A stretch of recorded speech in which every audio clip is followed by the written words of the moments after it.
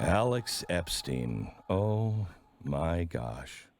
President Biden is a fascist. Oh, how can you possibly say that, Alex?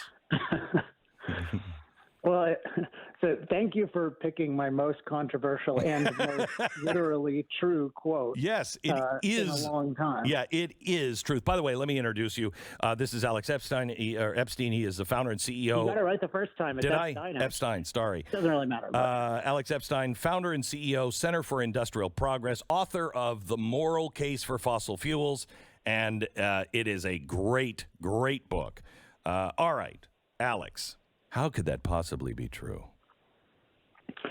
It's weird that the term fascism isn't used except to insult kind of pro-freedom people. Yes. But fascism has a literal meaning, which I indicated in that tweet, which is it's essentially the same thing as socialism, which is total government ownership and control of everything. But under fascism, there's this phony ownership. So you have title to property, but the government has unlimited ability to control your exercise of that property. And in some ways, it's worse than socialism, because Ayn Rand roughly put it as, it gives you the responsibility of ownership without the benefits. Yep. It almost sounds like the Great Reset, but I digress. Go ahead, Alex. Oh, yeah. Well, it is. But I think it's important, and I'm glad you're highlighting the Great Reset, which is actually the Great Regress. But the Great Regress is global fascism in particular. So it's not saying it's fashion to say, okay, well, all us smart people are going to literally own everything and control it. They're like, no, you can own it, but we have unlimited control, including we get to control every molecule of CO2, which basically means every body and every machine in the society. So I think it's really important to identify fascism as a thing and for its negative associations to remain with it. And I think it's why it upsets people so much when I do it, because they don't want those associations, but those associations are very deserved. So there's some disturbing things, like yesterday coming out from Larry Fink, the head of BlackRock, which is one of the leaders of this fascistic movement. I mean, in case you don't know, he just said the actions taken by the private sector in Ukraine and Russia demonstrate the power of capital markets, how the markets can provide capital to those who have constructively worked within the system, and how quickly they can deny it to those who operate outside of it. Holy mother, that sounds terrifying. That's everything we said was coming. That is fascism. And what's happening is President Biden is saying, we're going to do everything we can to get these oil prices down. No, he's not. He's doing exactly the opposite. Exactly the opposite. And he's doing it through these corporations in a public-private partnership on ESG to not provide any of the financing for these companies to actually build the infrastructure or reopen the infrastructure to get things flowing again. So you raise a lot of issues, and I think all of those issues come together in what just occurred a few days ago, which is the SEC announcing new, what they call climate-related disclosure rules. Yeah. This is in the context where we have rising oil prices, rising gasoline prices, and lowering security, particularly in Europe, but also concerns in the U.S., and there's a recognition that we need more domestic fossil fuel production, and maybe that those who have been opposing domestic fossil fuel production over the years are villains in this case. And the Biden administration, that's kind of an obvious thing, but the Biden administration is trying to stretch all logic and say, no, in fact, we have done nothing to oppose domestic fossil fuel production, even though I've been doing this for the last 20 years, including as part of Obama, and even though I literally ran on, I guarantee you we will end fossil fuel. So they're trying to stretch this so much, but they can't help themselves because at the same time, they just propose these rules, which literally say that, which in effect mean, I should say, that every company under a certain jurisdiction has to acknowledge climate catastrophism. So you have to say our CO2 emissions are not just causing warming, but literally global catastrophe.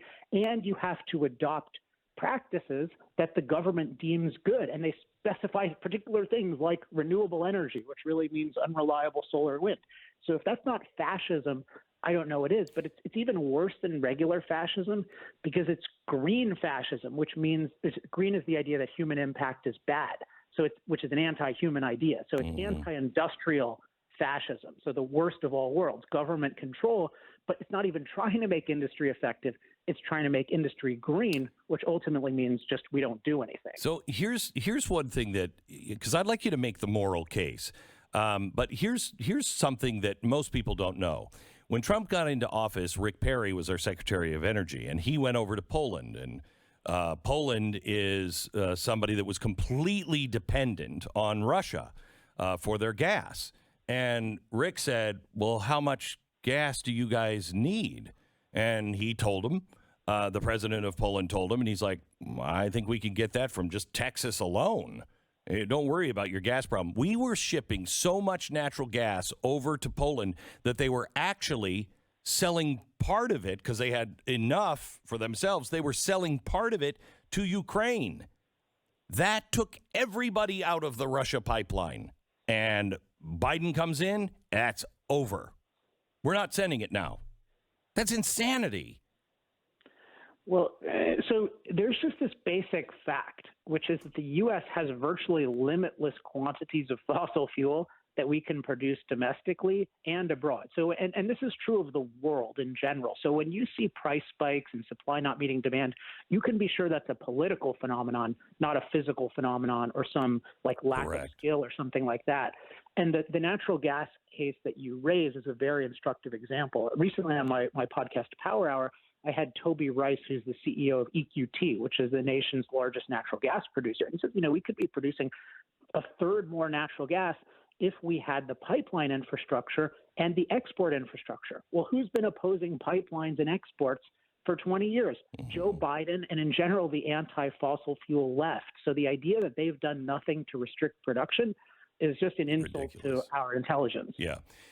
So talk to me about, because when people say, we got to get off fossil fuels, getting off of fossil fuels, even if we were building all kinds of nuclear reactors, we must have fossil fuels because almost everything in our lives has petrochemicals attached to it, correct? That's true, but it's a relatively small fraction of fossil fuels, and it's particularly oil and natural gas, although you can do that stuff with coal. So you're right that the general idea of keep it in the ground, one major reason it's just totally ignorant and destructive is because we have all these life-enhancing synthetic materials. So if you want to keep it in the ground, that means the artificial hearts are never going to exist. That means, refrigerators are not going to exist. Modern sanitation is not going to exist. So it's what it really shows is the just fundamental irresponsibility of the anti-fossil fuel movement. But it's not just the petrochemicals. The main thing is the energy, because fossil fuels still are a uniquely cost-effective source of energy, which means they provide low-cost, reliable energy for all types of machines, including heavy-duty industry and transportation, things that nothing else does right now. And they do it on a scale of billions of people in thousands of places. And this is a world that is dramatically underpowered. We still have 3 billion people using less electricity than a typical American refrigerator. And that's why I say I have a new book coming out in 2 months called Fossil Future. And it is a fossil future, and we need to embrace that because the world needs more energy. Fossil fuels are uniquely good. We should be liberating nuclear, what I call decriminalizing nuclear. That's a key thing. Yes. But for human beings to flourish for decades and generations to come, we need to be doubling down on fossil fuels. So right now, it looks like the new Axis power, if it's cobbled together, would include much of Asia, China, of course, and India, maybe even Saudi Arabia, and Russia. They're all going to double down on fossil fuels, which makes our fight for climate ridiculous because you can't do half of the world. But that's what we're going to do. What happens to the West if we continue to go down this road with a great reset and choking to death all of our fossil fuels? What does that mean for us? I'm glad you're highlighting this. In Fossil Future, I use the term unilateral disempowerment to discuss this because we're unilaterally saying, we're not going to be empowered by fossil fuels, but we're 1/6 of the world's emissions and declining. So what happens is 1/6. Go ahead. And declining. Yeah.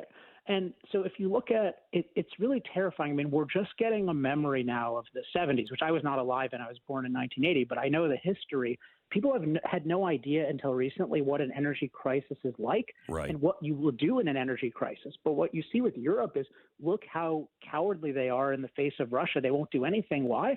Because Russia can literally kill them by cutting off their energy supply because they were so irresponsible and made themselves super dependent on Russia. This is just the beginning, though. There can be far more control. So there's the ability to cut off people's energy, but then there's also just the ability to have far more resources for an economy and to wage war. A brilliant point, Palmer Luckey, who's the creator of Oculus, but also created the new defense company Anduril, like one of the few tech guys who's really pro-American. He made the point that, you succeed in wars with a massive domestic production ability that you can sustain. How does ours compare to China right now? And what's going to happen if we keep mandating unreliable solar and wind, and then they keep using 60+% coal for their electricity, including to make our unreliable solar panels and wind turbines? We'll be France at best, France without nuclear power. Let me ask you this.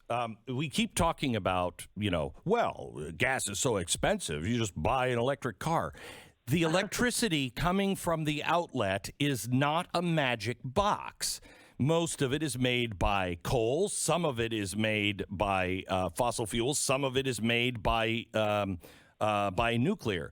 But you cannot cut off the fossil fuels in our power plants. How fast? What does it look like? What percentage has to be plugging their cars in before we without changing anything, have an energy crisis because of electricity? Yeah, that's a great thing to raise. The Babylon Bee, I live in California still, and the Babylon Bee had this great headline when Newsom is just such a piece of work because, by 2035, he said we're outlawing gasoline cars. And they had this great headline, governor outlaws gasoline cars or mandates electric cars in a state without electricity. Right. And that is the essential logic of what we're talking about. We're going to say we're going to use all of these battery cars, and yet we're undercutting our ability to produce electricity. And we're seeing, even more than the canary in the coal mine with what's happened in California, with what's happened in Texas. Just the fundamental thing that's happening is people are mandating unreliable solar and wind, and they are divesting from reliable power plants. And in particular, they are not investing in resiliency measures. That's a lot of what happened in Texas, where you don't weatherize things. So while Alberta did great with worse temperatures during the week of the Texas crisis, Texas had a disaster because it spent $70 billion on solar and wind and the related infrastructure. So it's a disaster to depend on the more you have electric vehicles, you have to have an amazingly robust grid, and yet we're mandating these vehicles and worsening the grid, which just gives the government total control and can lead to total catastrophe.